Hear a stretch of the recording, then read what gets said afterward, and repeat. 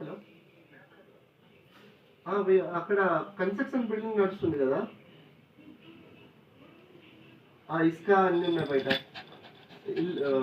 Apartment కడుతుంది.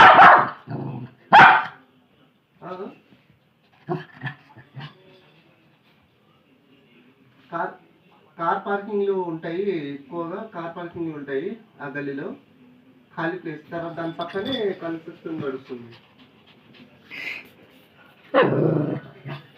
దాని పక్కనే కదా. అక్కడే అక్కడే చెప్పండి, సాగర్ అని చెప్పండి. సాగర్. సరే, నువ్వు వాళ్ళు చెప్తా, బయటకు వస్తాను, ఒక్క నిమిషం. వర్కర్స్, అవును.